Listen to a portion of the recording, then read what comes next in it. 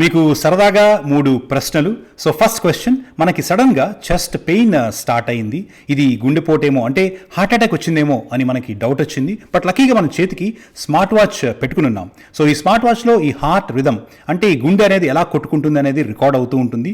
So వెంటనే మనం smart వాచ్లో ఈ రికార్డింగ్ చెక్ చేసుకున్నాం అనుకోండి, ఈ హార్ట్ రిథమ్, ఈ స్మార్ట్ వాచ్ మనకి ఈ చెస్ట్ పెయిన్ హార్ట్ అటాక్ వల్ల వచ్చిందా లేదా అనేది చెప్తుందా చెప్పదా? Say yes or no. Second question, మనకి సడన్గా హార్ట్ రేట్ పెరిగింది అంటే పాల్పిటేషన్స్ లేదా గుండె దడ అంటాము. ఈ గుండె దడ అనేది రెగ్యులర్గా పెరిగితే పెద్ద ప్రాబ్లం లేదు, బట్ ఇర్రెగ్యులర్గా అంటే అడ్డదిడ్డంగా ఈ గుండె దడ పెరిగితే అది ప్రాబ్లమాటిక్. సో వెంటనే మనకి ఈ గుండె దడ వచ్చినప్పుడు ఈ స్మార్ట్ వాచ్లో మళ్ళీ మనం చెక్ చేసుకున్నాం అనుకోండి ఈ హార్ట్ రిథమ్. సో ఈ హార్ట్ రిథమ్ అనేది రెగ్యులర్గా ఉందా ఇర్రెగ్యులర్గా ఉందనేది ఈ స్మార్ట్ వాచ్ చెప్తుందా చెప్పదా? Say yes or no. And third and last question, మనకి గుండె దడ ఉన్నట్టు ఆల్రెడీ మన డాక్టర్ డయాగ్నోసిస్ చేసేసారు. సో అలా డయాగ్నోస్ అయిన వాళ్ళందరూ అంటే గుండె దడ ప్రాబ్లం ఉంది అని డయాగ్నోసిస్ అయిన వాళ్ళందరూ కంపల్సరీగా తప్పకుండా ఈ స్మార్ట్ వాచ్ వేసుకుంటేనే అది ఆరోగ్యానికి మంచిది అని రూల్ ఏమైనా ఉందా? Say yes or no. So let's get into the episode. Hi, this is Kiran. So ఈ గుండెపోటు అండ్ గుండె దడ ఈ రెండింటికి ఉన్న బేసిక్ డిఫరెన్సెస్ అయితే మీలో చాలా మందికి తెలిసే ఉంటుంది. దీని మీద ఒక బ్రీఫ్ వీడియో కూడా చేశాను. ఒకవేళ మీకు కొంచెం అండర్స్టాండింగ్ రావాలి అంటే ఈ వీడియో చెక్ చేయండి. Now let's get into the answers for these questions. So first question, మనకి చెస్ట్ పెయిన్ వచ్చినప్పుడు హార్ట్ అటాక్ ఏమో అని అనుమానం రావడం కామన్. సో అయితే ఈ స్మార్ట్ వాచ్లో ఈ రిథమ్ చెక్ చేసుకున్నా సరే అది తెలుస్తుందా తెలియదా అంటే ఆన్సర్ ఈజ్ నో. సో క్లియర్గా మీకు ఈవెన్ లేటెస్ట్ యాపిల్ వాచ్ జనరేషన్లో కానీ even the most expensive smart watch device వచ్చినా సరే దానిలో క్లియర్గా మీకు ఒక ఇండికేషన్ ఉంటుంది. మీరు హార్ట్ రిథమ్ చెక్ చేసుకునేటప్పుడు మామూలుగా సరదాగా మనం అది పెట్టుకుని చెక్ చేసుకుంటే ఆ ఈకేజీ ఎలా ఉంటుంది, సింగిల్ లీడ్ ఈకేజీస్ అనమాట ఇవన్నీ.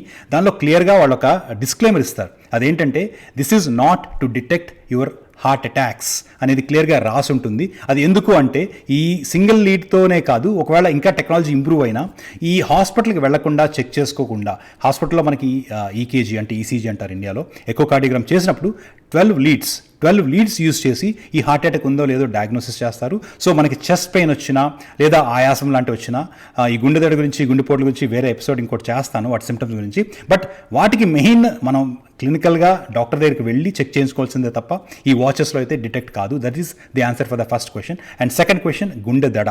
సో గుండె దడ మనకి వచ్చినప్పుడు సడన్గా 50 ఇయర్స్కి 55 ఇయర్స్కి కూడా నా గుండె దడ ప్రాబ్లం చిన్నప్పటి నుంచి స్టార్ట్ అయింది, 7th క్లాస్ 8th క్లాస్ నుంచి.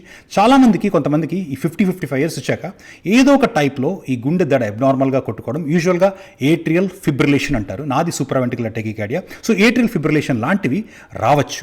సో అవి స్టార్ట్ అయినప్పుడు ఈ వాచ్ పెట్టుకుంటే అడ్వాంటేజ్ ఉందా లేదా అంటే ఆన్సర్ ఈజ్ ఎస్. సో ఈ విషయంలో ఈ సెకండ్ క్వశ్చన్ మాత్రం smart watches are very useful. So సడన్గా మనకి హార్ట్ కొట్టుకున్నట్టు అనిపిస్తే ఒక్కోసారి అంటే మనం ఎక్సర్సైజ్ చేసినప్పుడు ఎలాగూ హార్ట్ దానికి పంప్ చేయాలి కాబట్టి మోర్ బ్లడ్ని అది ఆటోమేటిక్గా ఎక్కువ కొట్టుకుంటుంది. 100 నుంచి 120, 130 అలా మెల్లిగా ఇంక్రీజ్ అవుతుంది. బట్ ఈ 120, 130 ఇంక్రీజ్ అయినప్పుడు కూడా మోస్ట్ ఇంపార్టెంట్ థింగ్, అది ఎక్సర్సైజ్ చేస్తున్నా సరే అది ఒక రెగ్యులర్ రిథంలో ఇంక్రీజ్ అవ్వాలి. దాన్ని సైనస్ టెకికార్డియా అంటారు, లేదా అడ్డదిడ్డంగా దాన్ని అరిథమియా అంటారు. సో అడ్డదిడ్డంగా కొట్టుకుంటే మాత్రం అది వెంటనే వాచ్లో మనం ఈవెన్ చెక్ చేసుకోకపోయినా జస్ట్ వాచ్ ఆటోమేటిక్గా మనకు ఒక అలారం లాంటిది ఇస్తుంది. ఇట్ ఈస్ వెరీ ఇర్రెగ్యులర్ అనే beat. So that is one of the beautiful advantages of smart watches. And third and last question, so already మనకి డయాగ్నోసిస్ అయిపోయింది. నాలాగా సూప్రావెంట్రికులర్ టెకికార్డియా, నేను 2 సార్లు కార్డియాక్ ఎమర్జెన్సీకి వెళ్లాల్సి వచ్చింది. కొంతమందికి 54-55 ఇయర్స్కి ఈ ఏట్రియల్ ఫిబ్రిలేషన్ లాంటివి అంటే గుండెలో అడ్డదిడ్డంగా కొంచెం అక్కడక్కడ ఎక్టోపిక్ బీట్స్ లాంటివి స్టార్ట్ అవ్వడం, ఇలాంటి ప్రాబ్లమ్స్ ఉంటాయన్నమాట.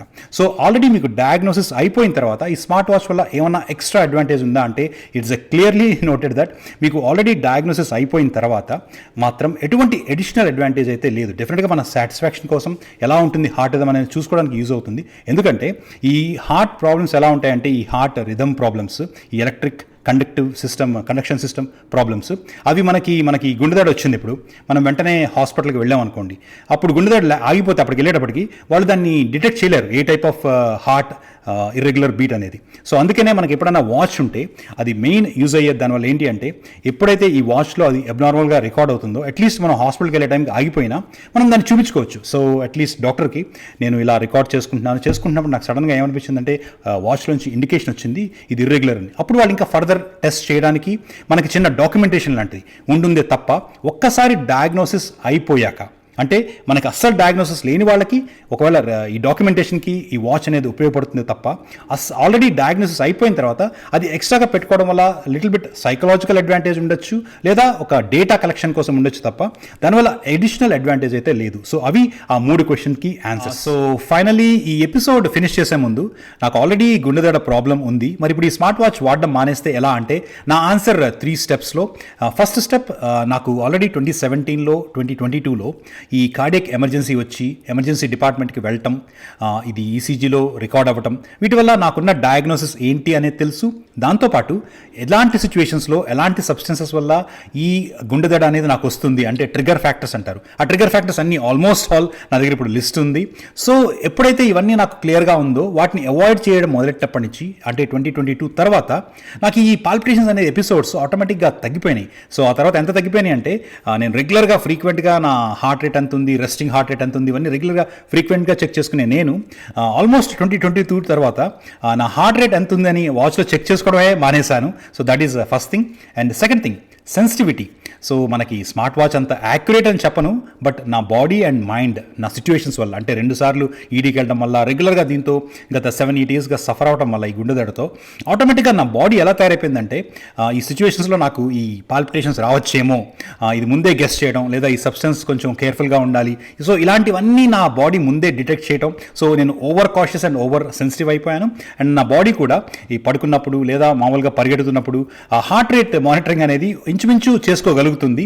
అండ్ దెన్ ఎప్పుడైతే మనం ఫిజికల్ ఎక్సర్సైజ్ చేస్తామో, నేను 150 to 170 వరకు హార్ట్ రేట్ పెంచుకోవాలని చెప్పాను కదా కార్డియో ఉండాలంటే, బట్ నేను 140-150 వరకు ఒక టార్గెట్ పెట్టుకుని ఆ తర్వాత ఇంకా దాని గురించి ఎక్కువ వర్రీ అవ్వను. ఎందుకంటే ఒక్కోసారి హార్ట్ రేట్ మరీ ఎక్కువ పెంచుకున్నా ఇలా నాలా సూప్రావెంట్రికులర్ టెకికార్డియా ఉన్న వాళ్ళకి ఆటోమేటిక్గా అది ట్రిగర్ అవ్వచ్చు.